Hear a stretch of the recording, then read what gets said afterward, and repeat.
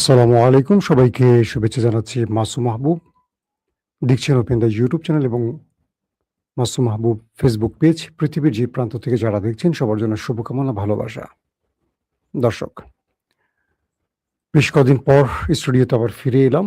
আশা করি এখন আবার আপনার স্টুডিও থেকে প্রতিদিন আপডেট ব্রেকিং সংবাদগুলো দেখতে পাবেন। দর্শক, আজকের খবরের প্রধান শিরোনাম: এবার যুক্তরাজ্যে, ইংল্যান্ডে বড় রকম অ্যাটাক চালিয়েছে ইরান। ৪ দিন থমকে ছিল পুরো যুক্তরাজ্য। পৃথিবী নতুন করে টেনশনে পড়ে গেছে ইরানের সক্ষমতা দেখে। ২ নম্বর গুরুত্বপূর্ণ খবর: মার্কিন যুক্তরাষ্ট্রকে এবার ইরান নতুন বার্তা পাঠিয়েছে, যে বার্তায় আমেরিকা ইরানকে নিয়ে আবার ভয়ঙ্কর টেনশনে পড়ে গেছে। ৩ নম্বর গুরুত্বপূর্ণ খবর: ইসরায়েলি সেনারা তুর্কির সেনাদের সাথে লড়াই করতে রীতিমতো আতঙ্কে আছেন, কিন্তু দুই দেশ ক্রমান্বয়ে যুদ্ধের দিকে এগিয়ে চলছে। কি হতে পারে শেষ পর্যন্ত? ৩ নম্বর গুরুত্বপূর্ণ খবর হলো, আরব এবার আমেরিকা নয়, বন্ধু হিসেবে পেতে চাইছে সবচেয়ে বড় শত্রু ইরানকে। কি ঘটলো আসলে পর্দার আড়ালে, সে বিষয়টিও জানাবো। পাশাপাশি বাংলাদেশের প্রধানমন্ত্রী তারেক রহমানের ভারত সফর নিয়ে আরো জল ঘোলা হচ্ছে। বাংলাদেশের পক্ষ থেকে দুটো শর্ত দেওয়া হয়েছে ভারতকে। শর্ত দুটো কি ছিল? চলুন প্রতিটি খবর আপনাদেরকে সংক্ষিপ্ত সময়ের মধ্যে দেওয়ার চেষ্টা করছি। আপনারা সবাই দেখছেন আশা করি। যদি কোনো প্রবলেম থাকে সাউন্ড বা ভিডিওর ক্ষেত্রে আমাকে কমেন্ট করবেন। প্রথম যে খবরটি দিয়ে আসতে চাই বাংলাদেশ প্রসঙ্গে। বাংলাদেশের প্রধানমন্ত্রী তারেক রহমান, তাকে একাধিকবার ভারত তাদের দেশে আমন্ত্রণ জানিয়েছে। অর্থাৎ ভারতের প্রধানমন্ত্রী নরেন্দ্র মোদী একাধিকবার তারেক রহমানকে ভারত সফরের আমন্ত্রণ জানিয়েছে এবং বলছে তারেক রহমান যেন ওই আগস্টের ভেতরেই ভারত সফর করেন। কিন্তু বাংলাদেশের পররাষ্ট্র প্রতিমন্ত্রী হুমায়ুন ভাইয়ের পক্ষ থেকে, হুমায়ুন কবিরের পক্ষ থেকে যে তথ্যটি এসছে সেটি হলো, তারেক রহমান এখনই ভারত সফর করছেন না। অর্থাৎ সরাসরি ভারতকে না বলে দিয়েছে বিএনপি।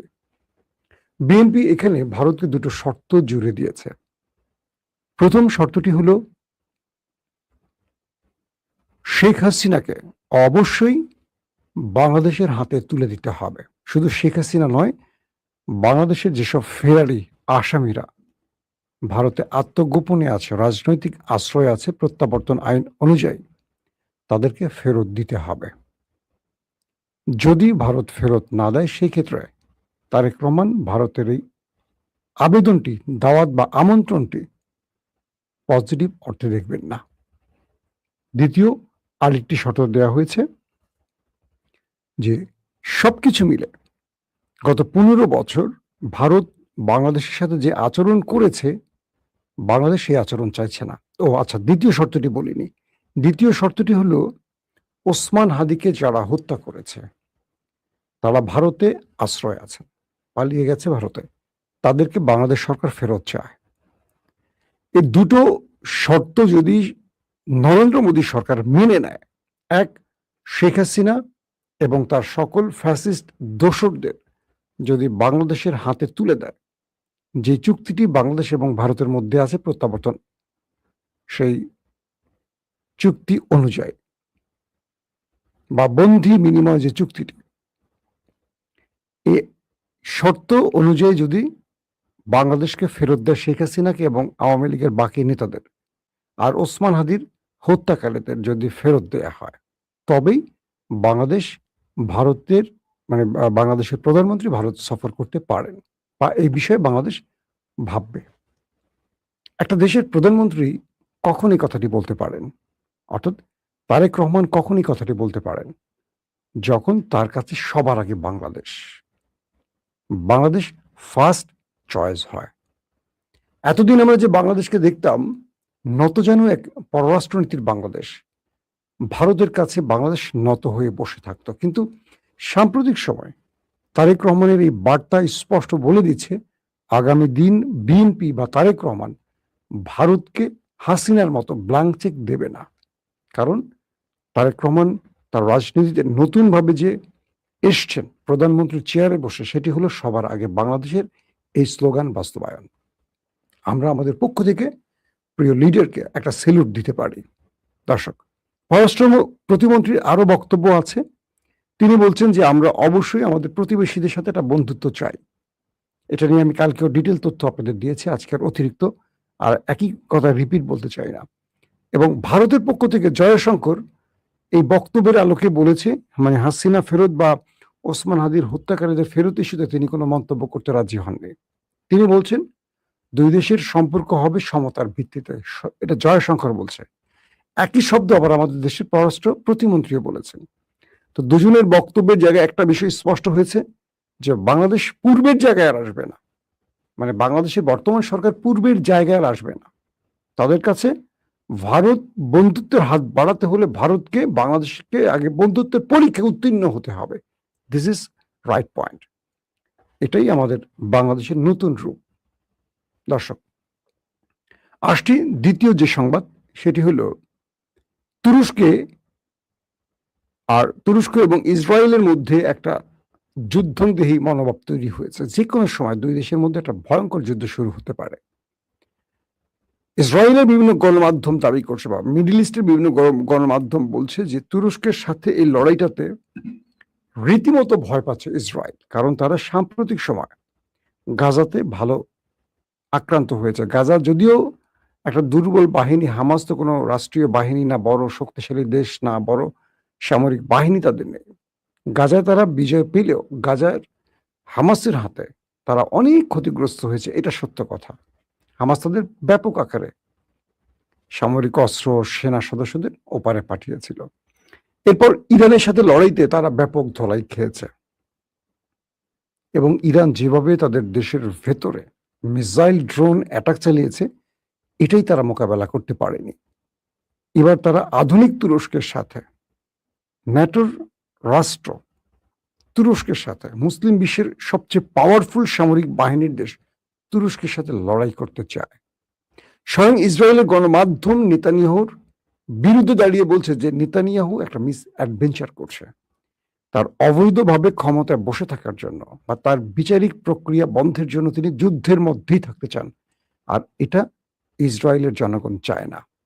তারা দেশে শান্তি চায় এখন, কারণ লম্বা সময় তারা যুদ্ধের মধ্যে আছে। ব্যাপক অ্যাটাক, হামলা, রক্ত, ধ্বংস তারা দেখেছে।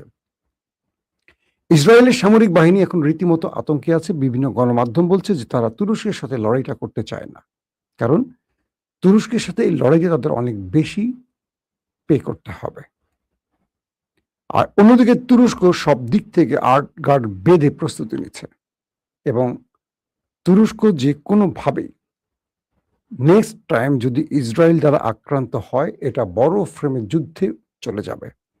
এবং তুরস্ক তার প্রতিবেশী দেশগুলোতে ইতিমধ্যে ঢুকে পড়েছে। জানেন, মিশর এবং তুরস্কের মধ্যে সম্পর্ক সৃষ্টি, আরব, পাকিস্তান, তুরস্কর সামরিক চুক্তি। তার মানে কি, তুরস্কের কাছে ন্যাটো, মানে তুরস্কের হাতে আছে ন্যাটো। ধরলাম ন্যাটো পাশে দাঁড়ালো না, আর্টিকেল 5 তুরস্কের ক্ষেত্রে ন্যাটো মানল না, যেহেতু তুরস্ক মুসলিম দেশ। তাহলে তুরস্কের কাছে আছে পারমাণবিক। কিভাবে পারমাণবিক আছে? কারণ তুরস্কের পাশে আছে, বা সাম্প্রতিক সময় মক্কা চুক্তি হয়েছে, জানেন, সেই চুক্তি হয়েছে সৌদি, পাকিস্তান, তুরস্কের মধ্যে। এখানে সৌদিকে আমরা দুধভাত ধরতে পারি, বা সৌদিকে আমরা ধরতে পারি অর্থনৈতিক মেরুদণ্ড হিসেবে। অর্থনৈতিক বড় সাপোর্ট আসবে। সামরিক ক্ষেত্রে তুরস্ক এবং পাকিস্তান মিলে গেলে ইসরায়েল বাতাসে ভেসে যাবে ধুলোর মতো, কারণ পাকিস্তানের হাতে রয়েছে নিউক্লিয়ার। তখন শর্ত অনুযায়ী তুরস্ক আক্রান্ত হলে পাকিস্তান তার ফুল সাপোর্ট দেবে। কাকে? তুরস্ককে। তার মানে তুরস্কের হাতে নিউক্লিয়ারের প্রয়োজন নাই। বাকি ইলেকট্রনিক্স ওয়ারফেয়ার, রাডার সিস্টেম, প্রতিরক্ষা ব্যবস্থা, মিসাইল, ড্রোন, এগুলো তুরস্কের আছে, মানে কারিশমা দেখানোর মতো, যেগুলো ইরানের ছিল না। কিন্তু ইরানের কাছে ধোলাই খেয়ে, মানে কি বলবো, নেতানিয়াহু শুয়ে পড়েছে। তো তুরস্কের সাথে পাঙ্গা নিয়ে নেতানিয়াহু কোথায় পৌঁছবে, এটা নিয়ে এখন আইডিএফ টেনশনে আছে, কারণ তারা তুরস্কের সাথে লড়তে চাইছে না। 3 নম্বর গুরুত্বপূর্ণ খবরটি হলো যুক্তরাজ্যের অর্থাৎ ইংল্যান্ডের একটি পাওয়ার প্ল্যান্ট বিদ্যুৎ কেন্দ্রে সাইবার অ্যাটাক চালিয়েছে ইরান এবং 4 দিন ধরে বিদ্যুৎ বন্ধ ছিল সেই পাওয়ার প্ল্যান্টে। কোনো ড্রোন অ্যাটাক না, কোনো মিসাইল অ্যাটাক না, কোনো যুদ্ধ বিমানের মাধ্যমে অ্যাটাক না, স্রেফ হ্যাকাররা ইরানে বসে একটা সাইবার অ্যাটাক চালিয়ে একটা পাওয়ার প্ল্যান্ট বন্ধ করে দিয়েছে। কাদের? পৃথিবীর দ্বিতীয় পাওয়ারফুল সামরিক বাহিনীর দেশ যুক্তরাজ্যের। শুধু তাই নয়, এর মাধ্যমে আরো বার্তা দিয়েছে, তোমরা আমেরিকার হয়ে বা তোমরা ন্যাটো হয়ে যদি ইরানে হামলার কোনো পরিকল্পনা করো, অথবা তোমরা আমেরিকার হয়ে যদি ইরানের নিষেধাজ্ঞাগুলোকে, মানে ইরানের উপর আমেরিকা যে নতুন করে নিষেধাজ্ঞা চাপাচ্ছে, অর্থনৈতিক যুদ্ধ শুরু করছে আমেরিকা ইরানের বিরুদ্ধে, যদি ইউরোপ বা যদি পশ্চিমা দুনিয়ার বাকি মিত্ররা আমেরিকাকে সমর্থন দেয়, ইরান কি করতে পারে সে বার্তাটি ইরান এভাবে দিয়েছে। শুধু বিদ্যুৎ কেন্দ্র নয়, তাদের পানি শোধনাগারকেও সাইবার অ্যাটাকে আক্রান্ত করেছে ইরান। বলা হচ্ছে যে ব্রিটেনের তাবৎ বড় বড় বিশেষজ্ঞরা টেনশনে পড়ে গেছে, পশ্চিমা দুনিয়া টেনশনে পড়ে গেছে, ইউরোপ টেনশনে পড়ে গেছে। তার মাধ্যমে কি ফ্রান্সকে, জার্মানকে, ইতালিকে, আদার্স যত ইউরোপীয় কান্ট্রি আছে সবাইকে ইরান এই বার্তাটি দিয়েছে, তোমার সব ঠিক থাকবে, জাস্ট তোমার পাওয়ার প্ল্যান্ট অফ করে দেব, তোমার পানি শোধনাগার অফ করে দেব, আমার ঘরে বসে মিসাইল ড্রোন ছাড়াই আমি পারবো। আমেরিকা বলছে ইরান সাম্প্রতিক সময় এই যুদ্ধের মধ্যেই বা যুদ্ধের পরবর্তী সময়টিতে তারা প্রযুক্তি খাতে অনেক উন্নতি করেছে। শুধু তাই নয়, তারা সাইবার অ্যাটাকের ক্ষেত্রে তাদের যে প্রযুক্তি বা তাদের যে মেধাবী তরুণরা বড় বড় সাফল্য পেয়েছে, এটা ঈর্ষণীয়। কে বলছে? আমেরিকা। ইরান এই জায়গাটাতে দারুণভাবে তাদের সাকসেস দেখাচ্ছে। তার মানে ইরান যে বিষয়টি বুঝিয়েছে পুরো পৃথিবীকে, যে তোমরা আমার উপর নিষেধাজ্ঞা দাও, ফাইন, তোমরা ন্যাটোর হয়ে আমার বিরুদ্ধে যুদ্ধে আসো, ফাইন, আমি কি করতে পারি দেখো, শুধু মিসাইল নয়, শুধু ড্রোন নয়, আমি তোমার সব ঠিক থাকবে, ভেতর থেকে আমি সব ফাঁকা করে ফেলবো। কারণ এই দেশগুলো বিদ্যুৎ কেন্দ্র, পাওয়ার প্ল্যান্ট, পানি শোধনাগার, সব সিস্টেমগুলি চলে ইন্টারনেট কেন্দ্রিক, সার্ভার কেন্দ্রিক, আর এগুলোকে যে কোনোভাবে মানে সাইবার অ্যাটাকের মাধ্যমে অচল করে দেওয়া যায়। শুধু মিসাইল দিয়ে স্ট্রাকচার ধ্বংস করা যায়, কিন্তু সিস্টেমকে অচল করে দেওয়া যায়। ওইসব দেশে যদি সাইবার অ্যাটাক হয়, ঘরের বিদ্যুৎ বন্ধ হয়ে যাবে, তাদের পানি শোধনের করার সিস্টেম বন্ধ হয়ে যাবে, পাওয়ার প্ল্যান্ট অফ হয়ে বিদ্যুৎ বিহীন হয়ে পড়বে। একটি পাওয়ার কেন্দ্র বন্ধ করে ইরান পুরো ইউরোপকে বুঝিয়েছে যে আমরা যে কোনো পাওয়ার প্ল্যান্টকে অফ করে দিতে পারবো। এটি ছিল তাদের জন্য বার্তা। দর্শক, আসছি এবার আরেকটি ইম্পর্টেন্ট খবরে, সেটি হলো, আচ্ছা আমি কিছু আপডেট খবর এই মুহূর্তে দিই, এবং আরবরা কেন ইরানের বন্ধুত্ব চায় সেটাই লাস্টে দিচ্ছি। ইরানের নিরাপত্তা প্রধান মোহসেন রেজাই বলছেন, ইরানের বিরুদ্ধে যুক্তরাষ্ট্রের নিষেধাজ্ঞায় যোগ দেয়া যে কোনো রাষ্ট্রকে শত্রু হিসেবে গণ্য করা হবে, যে কথাটি এখন বললাম, এবং তেহরান তাদের বিরুদ্ধে প্রতিশোধ নেবে এবং তাদের আঘাত করবে। অর্থাৎ যারা আমেরিকার এই নিষেধাজ্ঞায় যোগ দিবে, আমেরিকা যে নতুন অর্থনৈতিক নিষেধাজ্ঞা ইরানের উপর দিতে যাচ্ছে, যারা যোগ দিবে তাদেরকে ইরান শায়েস্তা করবে, এটা ইরান ঘোষণা দিয়ে বসছে। ইরানের প্রেসিডেন্ট মাসুদ পেজেশকিয়ান বলেছেন, দেশটি একটি পুরোদস্ত, অর্থাৎ ইরান এখন পর্যন্ত একটি পুরোদস্তর অর্থনৈতিক, সামরিক ও নিরাপত্তা যুদ্ধে লিপ্ত আছে। মানে ইরান বা ইরানের সাথে আমেরিকার যুদ্ধ শেষ হয়নি। মাসুদ পেজেশকিয়ান বলছেন যে আমরা পুরোদমে অর্থনৈতিক, সামরিক, নিরাপত্তা যুদ্ধে লিপ্ত আছি, কিন্তু যুক্তরাষ্ট্র মিথ্যা ভবিষ্যৎবাণী করছে যে ইরান আরেকটি ভেনেজুয়েলায় পরিণত হবে। তিনি বলছেন ইরান কখনো ভেনেজুয়েলা হবে না। মাদুরোর মতো ইরানে বিশ্বাসঘাতকরা এসে আমেরিকার হাতে তার প্রেসিডেন্টকে তুলে দেওয়ার ক্ষমতা নেই। আমি গতকালকেও লাইভে বলেছি যে ইরানের বড় বড় কর্মকর্তাদের, সামরিক বাহিনীর উচ্চ পদস্থ অফিসারদের আমেরিকা বিলিয়ন বিলিয়ন ডলারের অফার করেছে যেন একটা কু করে ক্ষমতা দখল করে। তারা সাফ আমেরিকাকে না বলে দিয়েছে, বলছে তোমাদের সাথে আমাদের জবাব হবে যুদ্ধের ময়দানে, তোমরা নেপথ্যে এই যে কুচক্রী মহল বা তোমাদের ষড়যন্ত্র, এটা ইরানে বাস্তবায়ন হবে না, এটা বাংলাদেশে হতে পারে। কারণ বাংলাদেশে যারা রাজনীতি করে টাকার জন্য করে। ধরেন বাংলাদেশে উদাহরণ দিয়ে বলি, যারা বিএনপির ভাইরা আহত হবেন, আওয়ামী লীগের ভাইরা আহত হবেন, ধরে নেন বিএনপির চেয়ে আওয়ামী লীগ একটু তুলনামূলক ভালো এই ক্ষেত্রে, কারণ হাসিনাকে সরানোর জন্য অনেক গেম হয়েছে, সফল হয় না, ছাত্র বিপ্লব ছাড়া সফল হয় নাই। কিন্তু বিএনপিকে ধাক্কা দিয়ে সরানো খুব সহজ, কারণ বিএনপির রাজনৈতিক নেতারা অনেক বেশি লোভী, যে কারণে 15.5 বছর হাসিনার ক্ষমতা সরানো যায় না। কারণ কি, হাসিনার কাছে প্রতিদিন হাজিরা দিয়ে মোটা অঙ্কের টাকা পেত তারা। তো বলা হচ্ছে যে যদি কখনো বিএনপির যে কোনো নেতাকে এই অফার করা হয় যে তোমাকে $1 বিলিয়ন দেয়া হবে, তারেক রহমানকে ফাঁসিয়ে দাও, সরিয়ে দাও, মেরে দাও, জিয়াউর রহমানের মতো কিছু ঘটে যাবে বাংলাদেশে। কারণ এই দেশটায় এই দলটা যারা করে প্রত্যেকে এটার জন্য করে, এটা আপনারা সবাই জানেন, এটা আমার বলা লাগবে না। আমার কথাটা শুনতে খারাপ লাগে, কিন্তু গত 15.5 বছর এই অভিজ্ঞতাটা হয়েছে। বেগম জিয়াকে জেলে নিয়ে গেছে, কাউকে দেখি নাই, বাড়ির সামনে বালির ট্রাক একটা লোককে দেখি নাই। এখন পুরো বাংলাদেশটা বিএনপিময় হয়ে গেছে, পোস্টার আর পোস্টার, সারা দেশ পোস্টার। ওরে কালো চশমা দিয়ে নেতাদের ছবি উল্টে ফেলে এই করে, আর বিরোধী শিবিরে থাকা অবস্থায় এই নেতাদের একটা চেহারা দেখি নাই। আমরা সাংবাদিকতা করেছি, আমরা জানি কাদের কাদের দেখা গেছে। আর এখন দেখেন বাংলাদেশে শুধু পোস্টারের রাজনীতি চলে। আরে বাপ রে বাপ, কত নেতা বিএনপির কই ছিল তারা আল্লাহ ভালো জানে। মার্কিন প্রেসিডেন্ট ডোনাল্ড ট্রাম্প তার ট্রুথ সোশ্যাল অ্যাকাউন্টে হরমুজ প্রণালীকে নতুন মার্কিন ভূখণ্ড হিসেবে চিহ্নিত একটি মানচিত্র পুনরায় পোস্ট করেছেন। আবারও তিনি বলছেন হরমুজ প্রণালী হলো আমেরিকার ভূখণ্ড। ট্রাম্পের মাথা গেয়া, এ তো পাবনা হেমায়তপুরে নেওয়া খুব জরুরি। এর একদিন আগে তিনি এই এক সমাবেশে বলছিলেন যে এই প্রণালী আমেরিকার ভূখণ্ড হিসেবে তিনি দেখেন। এখন নতুন করে তিনি আবারও এই ঘোষণাটি দিয়েছেন। দর্শক আসেন, আপনাদের জন্য এখন মূল যে খবরটির জন্য আপনারা অপেক্ষা আছেন সেই খবরটি দেই। আর অনেকগুলো খবর ছিল, লম্বা করতে চাই না, বড় হয়ে গেছে। সৌদি আরব সহ বাকি আরবগুলো একটা বিষয় বুঝে গেছে যে আমেরিকা তাদের প্রকৃত বন্ধু নয়। ইরান যখন ধোলাই চালিয়েছে, আমেরিকা শুধু ইসরায়েলকে বাঁচাবার চেষ্টা করেছে, কিন্তু আরবকে রক্ষা করতে পারেনি। বরং গালফ কান্ট্রিতে থাকা মার্কিন 20 থেকে 21টি ঘাঁটি এখন ধ্বংসস্তূপে পরিণত হয়েছে। যারা নিজেদের ঘাঁটি রক্ষা করতে পারেনি, প্রতিরক্ষা ব্যবস্থা রক্ষা করতে পারেনি, ড্রোন, যুদ্ধ বিমান এবং যাদের রাডার সিস্টেম কিছু রক্ষা করতে পারেনি, যারা তাদের সেনাবাহিনীকে রক্ষা করতে পারেনি, তারা আরবকে রক্ষা করবে? প্রশ্নবোধক 1। প্রশ্নবোধক 2, আমেরিকা তার প্রতিরক্ষা ব্যবস্থা প্রথম দিকের যুদ্ধে সরিয়ে ইসরায়েলে নিয়ে গেছে ইসরায়েলকে রক্ষায়। যখন ইরান মিসাইলগুলো মারছে, আমেরিকা আরবে বসে বসে আরবকে রক্ষা না, ইসরায়েলের রক্ষায় অ্যান্টি মিসাইলগুলো মারছে, আরবের দেশ ব্যবহার করে, ঘাঁটি ব্যবহার করে।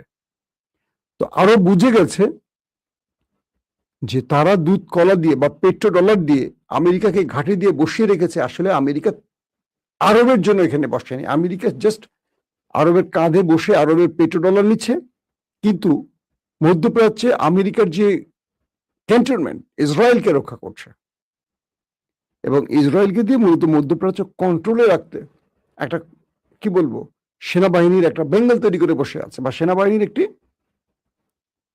এটা কি বলে শাখা তৈরি করে বসে আছে, যে ইসরায়েল হবে মধ্যপ্রাচ্যে আমেরিকার হাতের ছড়ি।